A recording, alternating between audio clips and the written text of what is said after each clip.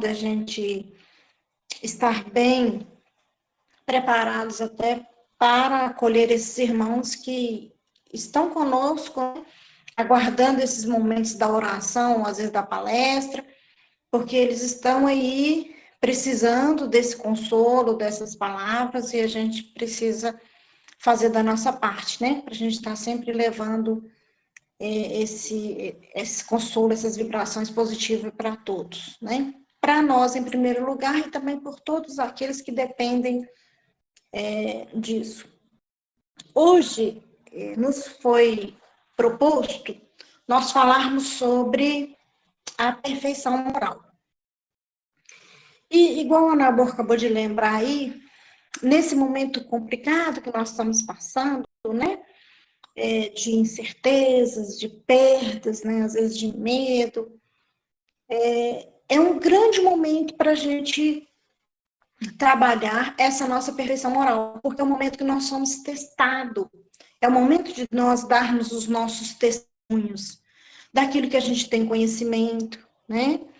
E colocarmos em prática, exercermos no nosso dia a dia, nos nossos lares, que é onde nós mais estamos ficando, né? Ou com aquelas pessoas que nos rodeiam no trabalho, né? De forma, às vezes, indireta, mesmo que não seja direta. Então, nós vamos trabalhar uns pontos aqui que a gente vai perceber que é tranquilo e é necessário que a gente, em qualquer fase da nossa existência, principalmente nessa de mudanças, de coisas diferentes que ninguém esperava, né? Embora nós sabemos que estava na nossa programação encarnatória passar por isso, mas que possamos passar com serenidade, responsabilidade e tranquilidade, né? Que é o que Deus espera de nós, né? Cumprir os nossos papéis. E a perfeição moral, ela está ligada a tudo isso, né? A como é que eu vou, por exemplo, me comportar perante eu com um quadro de Covid, por exemplo. Como que eu vou me comportar se a vacina não chega? Como que eu vou me comportar se eu perco um ente querido? Então, quando eu estou alicerçado de que eu tenho um propósito divino de buscar uma perfeição moral, eu preciso saber passar bem por isso, né? Então, vamos lá. Dentro deste conceito da perfeição moral, eu gostaria de trabalhar com vocês aqui hoje 4 pontos. Primeiro deles, nós vamos estar trabalhando quais são esses caracteres, né, da perfeição moral. O que ela nos pede, qual que seriam as nossas condutas, os nossos direcionamentos, né, tudo pautado no Evangelho de Jesus, mas a gente vai alinhavar alguns pontos importantes necessários para caracterizar uma perfeição moral, essa busca que a gente tem. No segundo momento, nós vamos trabalhar, eu disse 4, mas são 3 coisas, são 3 caracteres. No segundo momento, nós vamos trabalhar quais os obstáculos, aquilo que muitas vezes nos impede de buscar essa perfeição moral ou de tratar melhor a nossa perfeição. Aqueles obstáculos que nos derruba, que nos atrapalha mesmo a gente crescer, né?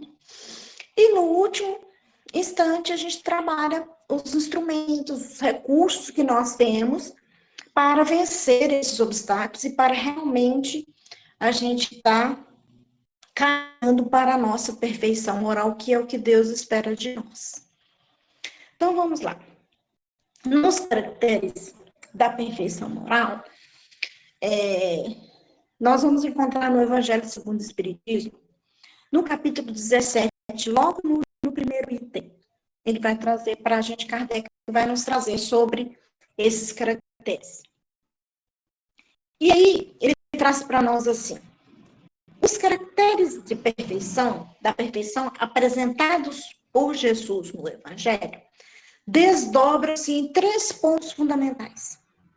Então, Jesus já trazia para nós quais seriam esse caractere da perfeição, através de 3 pontos que nós temos que trabalhar conosco. Quais seriam esses pontos fundamentais? Primeiro deles, amar os vossos inimigos. Segundo, fazer o bem aos que vos odeiam. Terceiro, orar pelos que vos perseguem e caluniam. Veja bem, aqui nós já temos uma reflexão. Jesus, tem gente que fala assim, Jesus veio trazer a lei do amor. Realmente, Jesus trabalhou a lei do amor em execução, né? Deu exemplo, falou de lei do amor o tempo todo. Mas o amar ao próximo como a si mesmo, né? Amar a Deus e ao próximo como a si mesmo, já é uma lei divina bem anterior a Jesus. Né? Então, desde a primeira revelação lá por Moisés, dentro daqueles princípios, a gente já tinha essa questão da ideia do amar o próximo, amar a Deus, né? Então, o diferencial que Jesus nos traz já é essa questão de amar os inimigos, né? Amar já era uma questão da nossa natureza, nós já deveríamos estar aprendendo a amar na época de Jesus. E às vezes não sabemos até hoje. Mas ele traz para nós essa questão. Amar os vossos inimigos. Primeiro ponto. Quem seriam os nossos inimigos? Porque eu sempre digo isso. Nós não somos inimigos de pessoas estranhas a gente. Né? Então, passa alguém ali na rua, do outro lado, eu nunca vi, não sei nem o nome, não sei de onde veio. Eu posso falar que é inimigo? Não é. Então, os inimigos, quase 90%, são amores do passado, são pessoas que nos traíram, ou que nós traímos eles, ou que abandonou, né? E às vezes dessa mesma existência também, né? Que nos revelam, nos trazem essa questão do inimigo. Então, o inimigo é algo que a gente precisa vencer. Por isso que Jesus já nos recomendava amar os inimigos, né? E o Evangelho segundo o Espiritismo, em alguns pontos, quando ele trata essa questão, ele nos alerta o seguinte, olha, você não vai amar um inimigo igual você ama seus filhos, seus pais, né, os cônjuges, mas você vai ter sentimento para um inimigo diferente, não um sentimento de vingança, não um sentimento de que ele de que ele não possa seguir um bom caminho, de ter mérito em alguma coisa, né? Desejar o mal para esse inimigo. Então, existem formas da gente amar o inimigo, né? E aí, Jesus continua para a gente no segundo ponto, que é fazer o bem ao que eu vos odeio. Então, quando alguém chega de cara e fala assim, eu não gosto de você, não fui com a sua cara, o que a gente tem que fazer? Fazer o bem para aquela pessoa, porque de alguma forma, se não for nessa existência, às vezes em existências pretéritas, eu fiz algum mal para ele, tem algum motivo dele me odiar. E aí eu tenho que fazer o bem, como Jesus nos recomendou no Evangelho, dar a outra face. Esse dar a outra face de Jesus, nós sabemos que não é a interpretação de que bateu de cá, pode bater de cá, não é isso. É uma interpretação de que se alguém te fez um mal, você faz o bem. Você paga o mal com o bem. E aqui Jesus está nos recomendando isso, né? Aqueles que te odeiam, faz o mal, faz uma coisa boa para eles, né? Eu me lembro de uma historinha de Chico Xavier, muito conhecida. E eu acho importante a gente trazer ela aqui quando a gente fala dessa questão de pagar o mal com o bem. Uma pessoa, né, que não era muito ligada aos preceitos do espiritismo, né, e queria, de uma certa forma, estava incomodada com aquilo, mandou entregar a Chico um presente para ele. E esse presente era estrume, né, fezes. E quando o Chico pegou esse presente, ele colocou assim para Emmanuel, mas não pode, não fiz nada para essa senhora, por que ela fez isso comigo, me mandou, isso é né, um abuso e tal. Aí Emmanuel falou assim, o que eu vou fazer agora? Emmanuel falou assim, você vai pegar esse esterco, colocar lá naquele canteirinho que tem aquelas rosas e vai deixar lá por um tempo. Quando tiver uma rosa bem bonita, proveniente desse esterco, aí você vai colher e vai levar para ela e vai entregar para ela. Isso é um exemplo de pagar o mal com o bem. Para aquele que nos odeia, a gente fazer o bem, né? E com certeza essa atitude de Chico para com essa pessoa foi uma atitude que mexeu nela, né? Porque ela vai refletir, meu Deus, para que eu estou fazendo mal a alguém que só quer o bem, né? Para que eu odeio alguém que só está querendo fazer o bem, tanto para mim quanto para os outros? E vai mudando a forma de pensar, né? E aí, no terceiro momento, Jesus ainda fala assim: orar pelo que vos perseguem e caluniam, né? Então, aqueles que nos xingam, aquele que nos maltratam, que manda mensagem agressivas, né? Que falam mal da gente, às vezes até indevidamente, justamente. O que a gente tem que fazer para eles? Orar. Então, no primeiro ponto lá do amar o inimigo, por exemplo, quando eu já não consigo ter aquele amor, né, fraternal que a gente tem para com as pessoas que é cara para nós, que possamos pelo menos orar pelo aquele que nos odeiam, pelo aquele que é nosso inimigo, pelo aqueles que nos perseguem. Já é um ponto, né? Fundamental que a gente tem que evoluir, que a gente tem que buscar essa perfeição desde a gente conseguir. Né? Então, às vezes, no primeiro momento, isso é difícil, mas quando eu começo a fazer isso automaticamente, depois eu vou fazer sem perceber. E às vezes alguém vai dizer assim, nossa, mas você está fazendo aquilo para fulano falou mal de você, fulano falou que não queria o seu bem, não queria que você crescesse, você ainda está orando por ele, ainda fazendo isso por ele. Eu estou fazendo a minha parte. Se ele não está recebendo esses benefícios, aí já é com ele, né? Mas isso me faz bem orar, me faz bem amar, mesmo que ele não me ame, né? Me faz bem ter algo de bom para ele, mesmo que ele não agradeça, né? Esse é, então, o meu propósito, é a minha tarefa. O outro lado já é com ele, né? E aí, Kardec continua assim. Isso porque explica o mestre divino. Ele vai explicar por que é que nós temos que trabalhar esses três pontos. Amar os vossos inimigos, fazer o bem, aquele que vos odeia, e orar pelo que vos calunia. Persegue e calunia. E isso por quê? Explica o mestre divino. Se somente amarmos os que nos amam, que recompensa teremos disso? Isso aqui já é uma fala de Jesus, né? Lá no Evangelho. Não fazemos os mesmos publicanos, né? Então, naquela época, mesmo que os publicanos não eram muito bem vistos, mas eles amavam as pessoas que eram caras a ele, família, amigos, né? Isso eles fazem. Então, que mérito nós estamos fazendo de amar aqueles que são bons pra gente, que estão conosco, que são nossos queridos, né? Que mérito eu vou ter? É Jesus explicando por que a gente tem que amar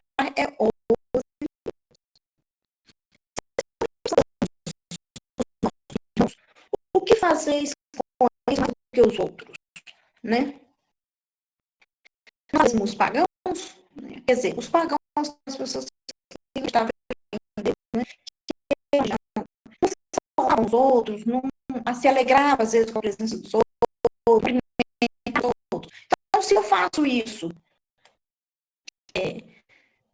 só para os meus amigos, que vantagem eu vou ter, né? Aqui ele está nos chamando a atenção, que a gente tem que saudar aqueles que querem nos cumprimentar, sabe, aqueles que viram a cara pra gente, que passam do outro lado da rua, é esse sim que eu tenho que aproximar, que eu tenho que cativar, que eu tenho que entender por que é, às vezes até esclarecer, o que é que está com raiva de mim, por que me odeia, por que está me perseguindo, né? Com amor, com doçura, com perdão, fazendo o bem, como Jesus nos recomenda aqui. Então, se nós amarmos somente as pessoas, se nós cumprimentarmos e alegrarmos somente com essas pessoas que fazem tudo de bom para nós, nós não temos mérito nenhum. Né? E continua concluindo o seu ensinamento, diz Jesus. Sede, pois, vós outros perfeitos, como perfeito é o vosso Pai Celestial. Então, nesse ponto aqui, Jesus já nos recomenda essa necessidade de buscarmos a nossa perfeição. Dentro do mesmo capítulo, né, capítulo 17, o item do Evangelho segundo o Espiritismo, nós vamos entender um ser perfeitos como nosso Pai Celestial, né? E a gente sabe que não é uma perfeição absoluta, é uma perfeição relativa, né? Nós Deus. Então, Deus não tem um ponto de partida, ninguém criou Deus, né? Deus criou, nós somos eternos como Ele, infinitamente, né? Vamos viver para sempre, uma vez que Ele nos criou. Então, nós somos semelhantes, não igual. Isso nós vamos ver agora. Aqui, ó. Se a criatura fosse dado ser tão perfeito quanto o Criador, né? Não é Deus que criou.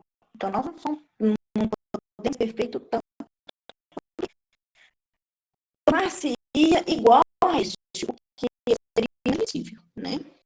Não é possível a gente ser igual a Deus, né? Deus é onipresente, é onipotente, é tudo bondade, é tudo... Mas nós temos que buscar, Jesus nos recomenda,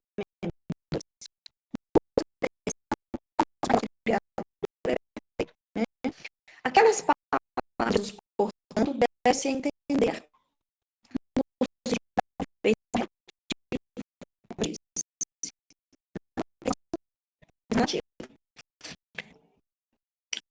Que a humanidade é suscetível e que mais se aproxima da divindade. Então, assim, a perfeição relativa nós temos condições de ser. E quando nós buscamos a perfeição relativa, é o que mais nos aproxima de Deus, da divindade. Quando nós buscamos a perfeição. Por isso que nós precisamos buscar a perfeição, para nos aproximarmos de Deus. E quanto mais aproximamos de Deus, o que vai acontecer conosco? Mais nós vamos ser felizes. Quando mais nós afastamos de Deus, e nós vamos ver aqui dentro dos obstáculos, por que isso acontece, mas nós sofremos, né? Então, a perfeição moral é necessária para que possamos nos aproximar mais da divindade, né? Como Kardec coloca aqui para nós. Em que consiste essa perfeição? Jesus o diz, dentro daqueles 3 tópicos que nós já falamos. Amar os nossos inimigos, fazer o bem ao que os odeiam e orar-nos pelo que vos persegue. Amar os inimigos, fazer o bem àquele que nos odeia e orar pelo que nos persegue. São esses 3 pontos que a gente tem que fazer para caracterizar a busca da nossa perfeição moral.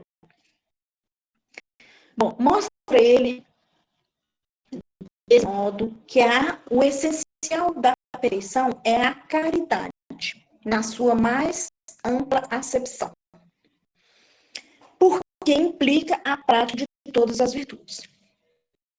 Então, quando eu pratico a caridade, quando eu exerço as minhas virtudes, eu estou dando início a todas as outras qualidades, né?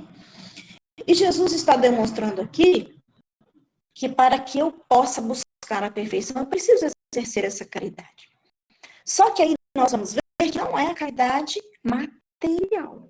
Porque essa, segundo o Evangelho segundo o Espiritismo, no capítulo 13, capítulo 13, nós, quando vai falar da caridade material e a caridade moral, a gente percebe que a caridade material ela é fácil de ser cumprida, né? Então, alguém está necessitando de um cobertor, eu vou e providencio. Ir lá no supermercado comprar uma cesta básica, principalmente agora, nesse momento de pandemia, de muitas mudanças, pessoas perdendo emprego, né, lojas fechando.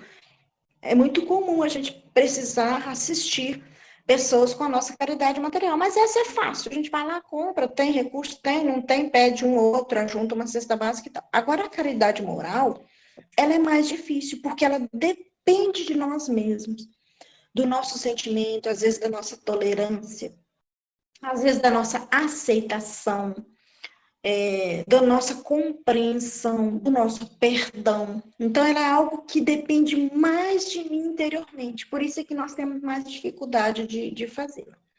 Então, aqui, Jesus está nos recomendando a caridade moral, né? Para que possamos buscar essa perfeição e nos aproximarmos mais de Deus. Bom, continuando, no mesmo capítulo, porém no item 8, Evangelho segundo o Espiritismo, capítulo 17, item 8. Nós vamos entender um pouquinho mais sobre essas virtudes, né? E aí, Kardec traz para nós assim, a virtude, no mais alto grau, é o conjunto de todas as qualidades essenciais que constitui o homem de bem. Esse capítulo é aquele capítulo que traz aquelas características do homem de bem. O que eu preciso para ser um homem de bem, né? A gente até já trabalhou aqui num outro momento sobre essas características do homem de bem. Então, a virtude assim, autêntica, uma virtude transparente, uma virtude espontânea, ela vai ser o conjunto de todas as qualidades que distinguem o homem de bem, né? Aquele homem que faz para si mesmo, que faz para o próximo, que faz para Deus, sem pedir recompensa, né? Ser bom, caritativo, né? Praticar caridade, ser bom, não ser mal, laborioso, né? Aquela pessoa que tem disponibilidade, sóbrio, né? Uma pessoa sensata, modesto, né? Não é aquela pessoa, modesto, humilde, não é aquela pessoa que gosta de aparecer. São qualidades do homem virtuoso. Então, quando alguém te pergunta assim, quais são as qualidades de um homem virtuoso? Então, Kardec coloca aqui para nós, ser bom, caritativo, laborioso, sóbrio e modesto, né? Ao contrário disso, não é virtuoso aquele que se faz ostentação da virtude, né? Aquele que fala assim, nossa, você viu como que eu sou bom nisso? Nossa, viu aquilo, só eu que sei fazer, né? Então, aquela pessoa já está ostentando a virtude dela. Aí não é virtuoso, não é virtuoso, né? Pois lhe falta a qualidade principal, que é da modéstia, né? É uma qualidade importante, a modéstia. E tem o vício de que mais se opõe, que é do orgulho, né? Aquela questão do orgulho, só eu que sei, só eu que posso, só eu que faço. Então, eu estou ostentando o meu orgulho, né? Estou achando que eu sou mais do que todo mundo, do que o outro. E isso é ruim, né? A virtude verdadeiramente digna deste nome não gosta de estabelecer-se, né? De estandear-se, né? Não gosta de aparecer, não gosta de ser publicada, não gosta de se divulgar, né? A virtude e a caridade, quando ela é feita verdadeiramente, ela é mais oculta, ela é sem ostentação. Adivinham-se, ela, porém, de oculto na obscuridade e foge à administração das massas, é o que eu acabei de falar, né? Então, a virtude verdadeiramente dita, ela não tem essa publicação, né? Todo mundo precisa ver, todo mundo tem que aplaudir, todo mundo que tem que admirar, não tem nada disso. Ela é oculta, ela é humilde, ela é simples, né? Isso é a verdadeira virtude. A pessoa que é... E às vezes a pessoa chega, nossa, mas você é tão simples. Aí você fala assim, sou mesmo? Ah, eu também acho, minha mãe acha. Aí eu já perdi a minha qualidade de simplicidade, porque eu tô me achando. Então, assim, a gente precisa saber até responder quanto a isso. Ah, não tanto não, acho que eu posso melhorar um pouco mais. Então, aí a gente não está ostentando as nossas virtudes. O Livro dos Espíritos, na questão 893, traz para nós o seguinte, sobre a virtude. toda virtude tem seu mérito próprio. Por quê? Todos indicam o processo na senda do bem. Então, às vezes, a gente fala assim, mas eu não consigo fazer muita coisa, eu só dou conta até ali, só faço isso. Mas tudo, se é feito para o seu bem, para o bem do próximo, para o bem do meio ambiente, mesmo que seja coisa pequena, que eu considero pequena, para Deus é grandiosa. Então, aqui, nessa explicação aqui, Kardec está mostrando para a gente que qualquer virtude que seja ela pequenininha, que eu acho que não tem valor, ela tem sim o seu valor, né? Ela tem seu ponto de partida para que eu me torne virtuoso, bom, né? É algo que eu preciso valorizar. Há virtude sempre que há resistência voluntária ao arrastamento dos maus pendores, né? Lembra aquela frase assim, se conhece o verdadeiro espírito, aquele que se doma suas más tendências. Então, toda vez que eu tenho que, por exemplo, trabalhar, eu tenho uma oportunidade da maledicência, e eu me fecho, me calo a boca e não faço isso, né? Me oculto de não falar mal do outro, de alguém, de qualquer coisa. Eu já estou me policiando. Então, como ele disse aqui, isso já é uma virtude. Eu estou dominando minhas más inclinações, né? Que a gente já traz lá do passado, às vezes da própria convivência atual, do meio que vive, a gente traz esses incômodos, esses vícios ruins, né? Mas quando eu me programo para me estar vencendo isso, já é uma virtude, né? Muitas vezes a gente não consegue êxito em tudo, né? Nem o tempo todo. Às vezes a gente perde um momento ou outro o equilíbrio, o discernimento, mas se eu recuo, se eu tenho um arrependimento, se eu me coloco como falho, né? Não, eu tenho o direito de falar, mas eu vou corrigir. Se eu reconheço o meu erro, eu já estou num ponto de partida de trabalhar minhas virtudes. A sublimidade da virtude, porém, está no sacrifício do interesse pessoal pelo bem do próximo, sem pensamento oculto. A mais meritória é a que assenta na mais desinteressada caridade. O que Kardec quer mostrar para nós aqui, nessa questão 893 do Livro dos Espíritos, né? Quando eu penso no sacrifício, né, de buscar essa virtude, eu preciso, não é pensar num bem que vai me favorecer, é algo que vai favorecer o outro, né? É a questão da doação. Então, tudo que eu vou fazer, eu vou ser bom para o outro, né? Eu vou falar isso, o outro vai ouvir, vai ser bom. Eu vou fazer isso, vai agradar o outro, né? Ou vai agradar uma massa, ou vai agradar uma comunidade, vai agradar a Deus, vai agradar os animais. Então, quando eu trabalho comigo essa preocupação de favorecer ao outro, eu já estou praticando essa caridade, né? E ele fala que é meritória quando não tem o interesse da caridade.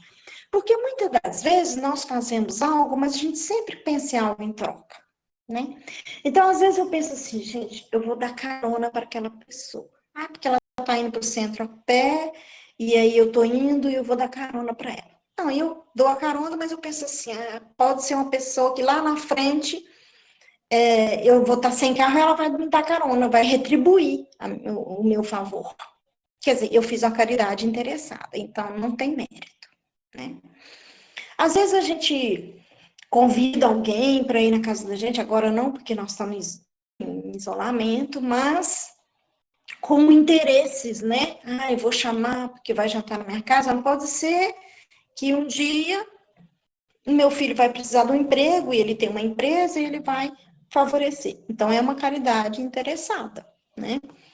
No Evangelho segundo o Espírito, no Evangelho de Jesus, desculpa, Jesus fala que tem uma parte que ele fala que quando nós vamos fazer um festim, que possamos convidar os pobres e estropiados, né? Aqueles bem pobrezinhos. Porque a gente vai fazer algo por eles e não vão ter retribuição, que eles não vão ter como convidar a gente para retribuir aquele banquete. Então, isso é caridade sem interesse, né? Uma reflexão que a gente pode fazer aqui também, muitas das vezes, até a caridade espiritual, caridade da gente orar, caridade da gente tirar um momento para ir no centro, a gente quer barganhar com Deus. Às vezes a gente pensa assim, né? Nós já sabemos, antigamente a gente pensava em ganhar um pedacinho, um lote no céu, né? Hoje não, a gente já sabe que não tem o céu, aí a gente fica assim, não, acho que eu vou para o centro espírita fazer campanha do quilo, porque quem sabe eu ganho uma vaga lá no Alvorada, lá no nosso lar, na colônia Nosso Lar. Então, o que que acontece? Eu estou fazendo caridade interessado, né? E isso não é bom, não tem valor, não tem mérito, como diz aqui, né? Bom, vamos caminhar um pouquinho. Se alguém quiser interromper, gente, pode ficar à vontade, tá? Dentro dessa questão, eu trouxe uma parte aqui também que Leon Denis traz para nós na obra fantástica dele, Depois da Morte, no capítulo 42, quando ele nos recomenda sobre a vida moral, e ele vai falar assim: todos nós trazemos gravados no íntimo do ser os rudimentos da lei moral. É nesse mundo mesmo que ele recebe um começo de sanção. Qualquer ato bom acarreta para seu autor uma satisfação íntima, uma espécie de ampliação da alma. As más ações, pelo contrário, trazem muitas vezes amargores e desgostos em sua passagem. Então, qual é a reflexão para nós dessa parte aqui, dessa frase, desse ensinamento aqui? A lei moral, essa lei da gente ser bom, ela está dentro do nosso íntimo, ela faz parte de todos nós, né? E às vezes nós deparamos com indivíduos, irmãos tão rudes, né? Praticam crimes horrorosos, e a gente questiona, não, mas será que tem mesmo essa essência do bem dentro dele? Tem. E em algum momento ele vai despertar para isso. Por isso que ele fala aqui da sanção, né? Porque nós temos a lei de ação e reação, a reparação. Então, todo mal que ele fizer, ele vai reparar. Mas todos nós temos essa bondade divina dentro de nós. E aí ele fala que toda vez que nós fazemos esse exercício, né? Nós sentimos como se a nossa alma expandisse, né? Como se a gente inchasse assim. E isso a gente percebe quando a gente consegue fazer o bem a alguém, principalmente quando a gente já não recebe a gratidão, o muito obrigado, mas a gente tem a satisfação de fazer e ficar mais oculto. No íntimo da gente, a gente sente bem, a gente volta para casa bem, a gente retorna bem o nosso íntimo, né? E hoje em dia, com a pandemia, às vezes as pessoas falam, mas é tão difícil, está até difícil fazer caridade, né? Fazer o bem ao outro e tudo. Mas não, nós podemos fazer oração por essas pessoas que estão passando por sofrimento. Nós podemos mandar mensagens, né? Pelos nossos recursos que nós temos, a tecnologia. Nós podemos fazer as caridades materiais, como a gente já disse, através das doações, né? Às vezes, através de um tema, de uma ligação, pessoas solitárias em casas, a gente ligar e dar ouvir, ou uma palavra amiga, né? Tudo isso vai nos fazer bem. E ele fala aqui que, ao contrário, quando as pessoas não praticam essa lei moral, né? Essa evolução, essas virtudes, eles ficam desgostosos, né, na sua passagem. E a gente sente isso. Pessoas que não conseguem, por exemplo, trabalhar perdão, são pessoas amargas, são pessoas que muitas vezes não conseguem conviver com os outros, né, naturalmente, com alegria, não conseguem passar uma energia boa, né. Então, ao contrário daquelas que têm a satisfação de bem, são pessoas que todo mundo quer estar perto, todo mundo quer conversar, quer enviar mensagem, né? Pessoas mais reservadas, que são mais rancorosos, já não tem mais, às vezes, essa satisfação de receber essas convivências boas, né? Então, a gente tem que estar muito atento a isso. No Evangelho segundo o Espiritismo, capítulo 11, olha o que nós vamos encontrar, uma fala do Espírito Lázaro, né? É uma comunicação dele inserida, ele vai falar sobre o dever. O dever é a obrigação moral da criatura para consigo mesma, primeiro, e em seguida para com os outros. O dever é a lei da vida. Com ele, deparamos nas mais ínfimas particularidades, como nos atos mais elevados. Quero aqui falar apenas do dever moral, e não do dever que as profissões impõem. Então, olha que bacana essa fala de Lázaro, do Espírito Lázaro, lá no Evangelho segundo o Espiritismo, capítulo 11, item 7. Ele fala para nós que todos nós temos um dever moral, para conosco primeiro e depois para com o outro, né? Porque muitos de nós, às vezes, falhamos conosco, a gente dá muita assistência ao outro, né? Cuida dos pais, dos filhos, dos amigos, mas não esquecemos de cuidar de nós mesmos. E às vezes depois desencarnamos com essa falha, né? Não fazemos uma transformação moral. E temos toda uma bagagem de conhecimento, mas não conseguimos fazer a nossa reforma, a nossa mudança. Então, Lázaro nos recomenda aqui, nos orienta que a gente precisa cumprir esse dever, né? E aí nós temos, por exemplo, o dever como filho, o dever como esposa, o dever como colega de trabalho, o dever como mãe, né? Cada um de nós temos um dever. Ele fala aqui que ele não está se referindo àqueles deveres da profissão, né? Então, se eu for professor, eu tenho que ser uma boa professora, eu tenho o dever, tem aqueles requisitos que eu tenho que seguir, né? Mas ele está falando aqui do dever moral, aquele dever de ser virtuoso, de ser caridoso, né? De todos que a gente já comentou ali para atrás um pouquinho com relação à virtude. Então, esse dever moral é um dever essencial para nós, tá? É um dever, ele fala aqui como a lei da vida. E a gente percebe isso, por exemplo, eu vou colocar aqui a questão dos pais. Existem muitos pais que falam assim, meu filho, quando crescer, vai ser um excelente médico. Mas aí, quando a gente convive com essa criança ali, pequenininho, a gente percebe que ele não tem habilidade de guardar os brinquedos, de tratar bem o irmãozinho, de cuidar do quarto, né, organizar o quarto. Então, quer dizer, se ele não for um bom filho, uma boa criança ali, dificilmente ele vai ser um bom médico lá na frente, né? Porque é nas pequeninas coisas que nós já vamos desenvolvendo o nosso dever moral. O dever, por exemplo, aquela criança que respeita o mais velho, que respeita os horários, que tem uma disciplina, com certeza ele vai ser um bom profissional, né? É uma consequência. Então, nós precisamos estar atentos aos nossos deveres, né? Ao dever como cidadão. Nesse momento de pandemia, isso é muito sério. Porque muitos estão partindo, às vezes, antes da hora, ou levando que outras pessoas partam antes da hora, que desencarnem antes da hora, por causa de cumprimento do dever.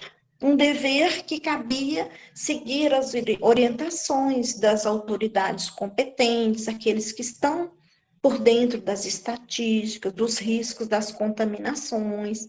Então, aliado à indisciplina, à ausência desse dever, está trazendo consequências para ele e para os outros, né? Então, é um momento da gente refletir muito sobre isso. Tem gente que fala assim, eu não tenho medo de pegar a Covid, mas está com Covid, não vai ter sintoma nenhum, Mas aí sai e não toma os cuidados devidos, o uso da máscara ou do álcool em gel, e chega em casa e passa para os avós, e os avós desencarnam. Como é que vai ficar o sentimento de culpa dessa pessoa? Às vezes ela nem tem consciência disso agora. Ela vai ter consciência disso depois que desencarnar, né? Mas ela vai carregar essa ausência do dever. Não cumpriu o que deveríamos fazer, né? Então, nós temos esses dever de mãe, de orientar bem o filho, de educar bem, de colocar o discernimento do que pode e do que não pode, em todos os sentidos. Então, vamos lá. Caminhar só um pouquinho aqui agora para frente.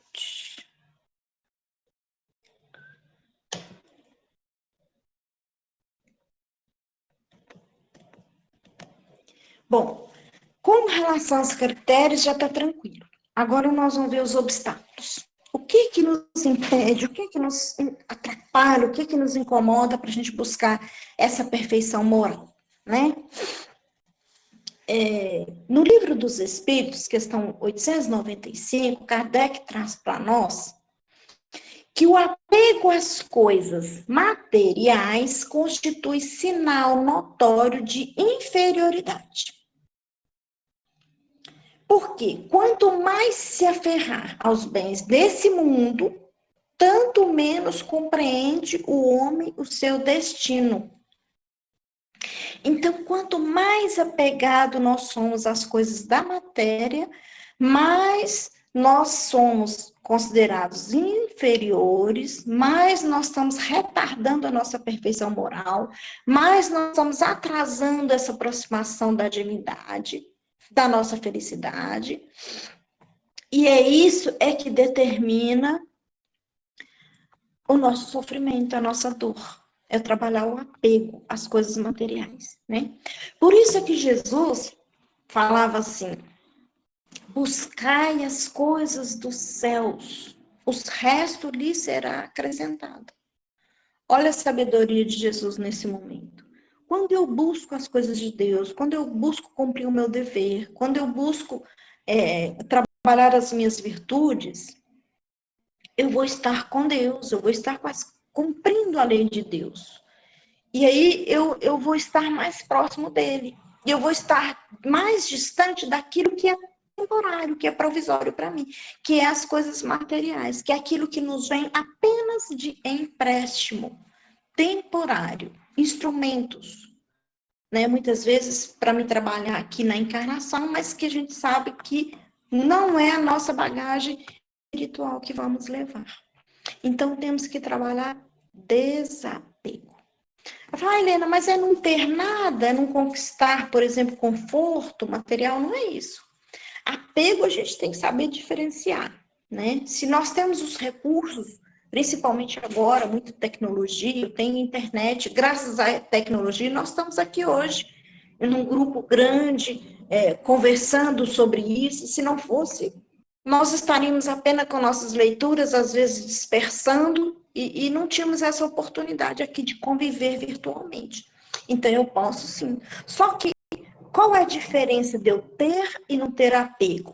É eu não sofrer quando eu não tenho. Então, se me faltar a internet amanhã, eu vou buscar um outro recurso, né? De me aproximar, de buscar as minhas virtudes, de fazer minhas reflexões, de fazer minhas orações, sem o sofrimento, né? Isso é a diferença do ter e do apego. E aí, continuando na questão 913, Kardec pergunta assim: dentre os vícios, qual que se pode considerar radical? Qual que é o pior deles, né?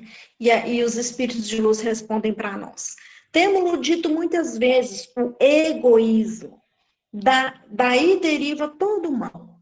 Estudai todos os vícios e vereis que no fundo de todos há um egoísmo. Olha que importância a gente trabalhar isso. E como nós somos egoístas, a gente quer primeiro para mim, depois para o outro. Primeiro o meu tempo, primeiro eu preciso cuidar disso que é meu, depois eu te ajudo, depois eu faço para você, depois eu dou, né? Então, essa questão do egoísmo, ela é muito trabalhada na codificação né? No Evangelho segundo o Espiritismo, nós temos várias passagens, vários pontos que trabalham o egoísmo aliado ao orgulho, que a gente vai ver aqui. Quando nós conseguimos trabalhar esse egoísmo em nós vamos estar caminhando mais para a nossa perfeição moral, né? A gente precisa deixar de pensar em mim primeiro, depois o outro, né? E aqui eles já nos esclarecem isso. Dizem os espíritos superiores que de todos os vícios, aquele que se pode considerar radical é o egoísmo. Daí deriva todo o mal. Estudai todos os vícios e vereis que no fundo de todos há o egoísmo, é o que eu acabei de falar. Por mais que eles deis combate, não chegareis a estipá-los, enquanto não atacardes o mal pela raiz, enquanto não lhe houverdes destruído a causa. Então, qual que é o mal para a raiz? Qual é o início de todos os males? O egoísmo. Então, quando eu começo a trabalhar o egoísmo dentro de mim, né, extirpar isso, né, pensar mais no outro, pensar mais no próximo, pensar mais em Deus, pensar mais no coletivo e deixar o individual, eu vou estar conseguindo trabalhar as outras virtudes também.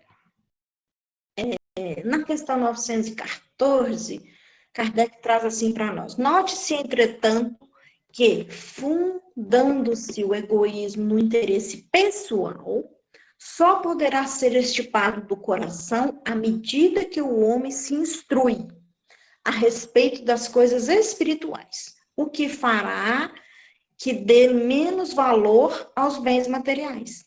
Então, voltamos naquele ponto também do apego. Então, percebe-se quando nós desapegamos das coisas materiais, aquilo que é meu, isso que é meu, né? A gente usa isso às vezes até com relação à filha, meu filho, meu marido, meu carro, isso é o quê? Egoísmo, né? A gente sabe que isso tudo é empréstimo, e é coisas materiais, e é apego, mesmo que seja filho, né? A gente sabe que quando a gente desencarna, nós vamos perder essa condição de filhos, vamos ser todos irmãos, né? Então, é um empréstimo. Como filho, na condição de filho, de marido, é empréstimo, né? Continua sendo empréstimo.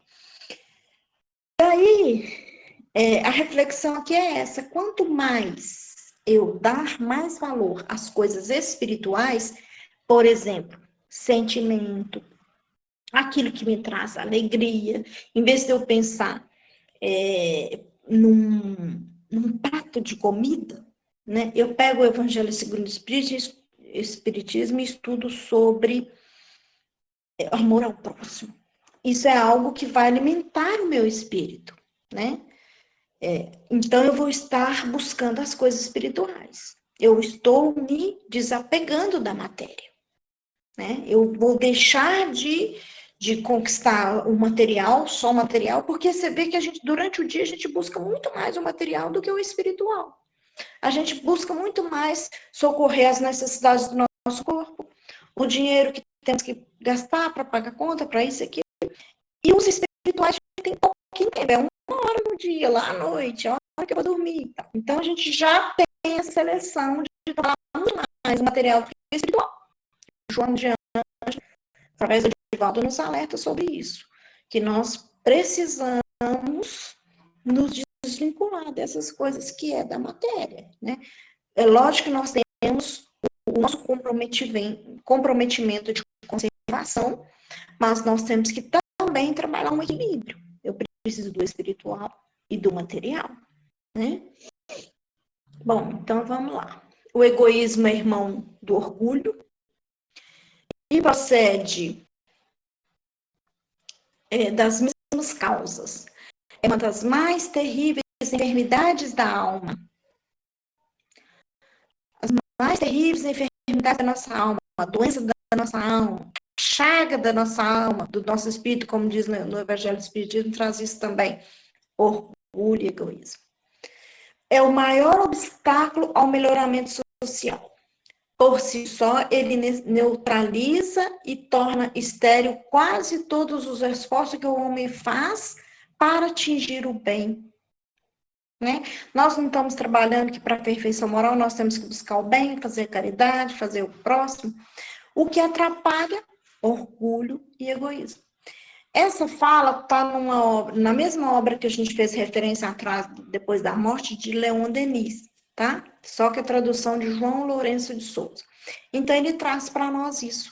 A nossa enfermidade da alma, a chaga do espírito é o orgulho e o egoísmo. É isso que nos entrava. Esse é o nosso obstáculo para a gente conseguir se transformar no homem de bem, que é o que a gente quer, né? Portanto, o egoísmo, chaga da humanidade, tem que desaparecer da Terra. Cujo progresso moral obsta, quer dizer, ele atrasa o progresso moral, o orgulho e o egoísmo. Ao Espiritismo está reservada a tarefa de fazer ascender na hierarquia dos mundos. O egoísmo é, pois, o alvo para o qual todos os verdadeiros crentes devem apontar as suas armas, dirigir suas forças, sua coragem. Digo coragem porque dela muito mais necessita cada um para vencer a si mesmo do que para vencer os outros. Lembra quando eu falei da caridade moral e material? A caridade moral a gente tem que trabalhar conosco mesmo. A caridade material, eu posso pegar o dinheiro de alguém e ir lá comprar a cesta, né? Mas a moral é minha, eu que tenho que praticar. Por isso que a gente acha ela difícil, né? E aqui ele nos aponta que a evolução, né, ela é um processo natural, como nós sabemos que a Terra está deixando de ser de expiação e prova, passando para a regeneração, e nós estamos nesse momento de transição, de mudança, por isso tudo isso está acontecendo, né, de uma vez só, muito rápido, né, e nós temos que, como diz aqui, exercer todas as nossas forças para vencer esse orgulho, esse egoísmo, que é o que vai nos impulsionar para a gente acompanhar a evolução do planeta, da Terra. Porque a evolução, ela não é genealógica, ela é do ser humano, ela é da humanidade, né? Enquanto nós deixarmos de pensar só em nós, só no que eu quero, só no que é bom para mim, começar a pensar no outro, nós vamos evoluir. Né? Por isso é que a gente vê que a pandemia ela é importante para isso. Por mais que muitas vezes a gente coloca como algo ruim, né? Ficarmos isolados, não poder abraçar, não poder conviver, nós estamos trabalhando valores que a gente tinha e não dava valor, né? Inclusive essas convivências. Né? E a questão, igual fala aqui, social, é importante a gente trabalhar isso. Porque quando eu consigo perceber o outro, eu vou conseguir me valorizar, me colocar, mas de forma que eu vou servir. Não vou ficar só sendo servida. Não só fazer para mim, né? Eu vou deixar esse egoísmo. Essa convivência, por exemplo, quantas pessoas estavam isoladas no seu quarto, com a internet, com isso, com amigos virtuais. E de repente a gente se vê que vai indo aquilo até enjoa e você quer conversar com o pai, com a mãe, que há anos não tinha esses diálogos, não convivia, não tinha horário para almoçar junto, porque não tinha seu horário. Então, alguns valores nós estamos resgatando com isso. Então, além de outros, né, que a gente sabe o meio ambiente agradeceu, porque durante um certo período não houve movimentação dos carros, então a camada de ozônio melhorou, os rios ficaram mais limpos, né? Não teve muitas festas, então menos vícios, muitas coisas melhoraram, a gente às vezes não percebe e trata isso como se fosse uma coisa ruim, e lá na frente nós vamos ver que não é. É uma, como diz anteriormente, a sanção necessária para mexermos conosco, né? Precisamos, como diz aqui, vencer a nós mesmos. Bom, já caminhando para o finalzinho, né, nós temos 5 minutinhos e nós vamos trabalhar o instrumento para a gente vencer esses obstáculos e buscar essa nossa perfeição moral, né? Eu trouxe um trechinho aqui que está na obra Espírito de Verdade, de Francisco Cândido Xavier e Valdo Vieira, a obra O Espírito de Verdade. André Luiz traz para nós assim, ó, Jesus e você. Nosso mestre não serviu de condições essenciais no mundo para exaltar a luz da verdade e a bênção do amor, né? A gente vê desde o princípio, lá na manjedoura até na cruz, Jesus nunca teve privilégio, nunca teve vantagem. E, no entanto, ele pregou o amor e a luz em tudo que ele esteve, né? Em razão disso, não aguarde renovação exterior da vida diária para ajudar. Comece imediatamente a própria sublimação. Muitos de nós falamos assim, quando eu aposentar vai ficar mais fácil eu ajudar o centro, eu fazer caridade, eu visitar o próximo. Quando passar a pandemia, né? E às vezes é no momento da pandemia que as pessoas estão precisando de ajuda, e nós temos que estar atento a isso, né? E aí aqui ele já nos coloca isso, para a gente não ficar esperando as coisas externas para a gente fazer o que a gente tem que fazer internamente. Jesus não tinha uma pedra para recostar a cabeça. Se você dispõe no mínimo de recursos, já possui mais que ele, né? Existe um momento que Jesus fala isso, ele fala assim, o filho do homem não tem nenhuma pedra para recostar na cabeça. Então, se nós já temos o conforto da luz, o conforto da internet, de uma cama confortável, né, do telefone, a gente já precisa ser muito grato, né? Jesus partiu aos 33 anos. Se você, na idade amadurecida e dispõe do ensejo de auxiliar, agradece ao alto, dando mais de si mesmo, né? A gente vê quantos recursos aparecem para nós, o próprio Espiritismo, né? Que está na nossa mão como um instrumento que vai nos auxilia muito no nosso consolo, nos nossos questionamentos, né? Então, se a gente tem tudo isso, a gente tem oportunidade de amadurecer, não importa a idade que a gente esteja, vamos agradecer, porque Jesus só teve 33 anos, né? Jesus não encontrou ninguém que o amparasse na hora difícil.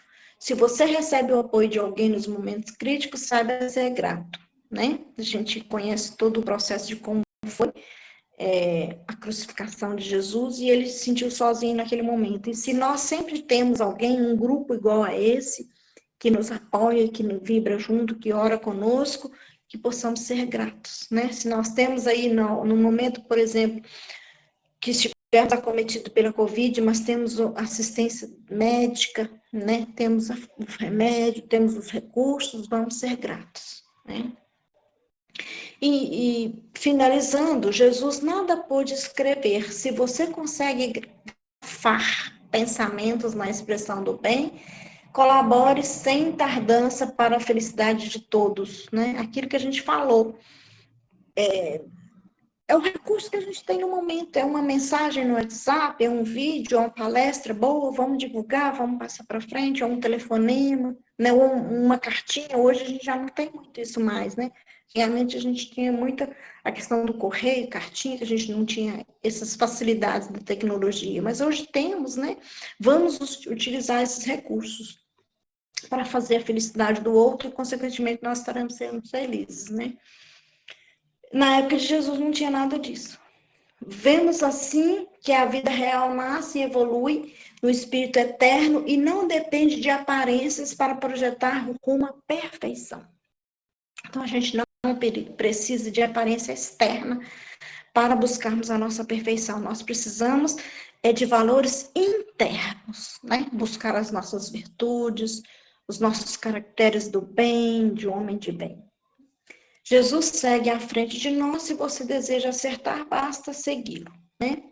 Então, tá aí o nosso caminho para a gente buscar a nossa perfeição moral. Seguir os ensinamentos de Jesus, seguir os seus fundamentos, os seus propósitos, os seus exemplos, né?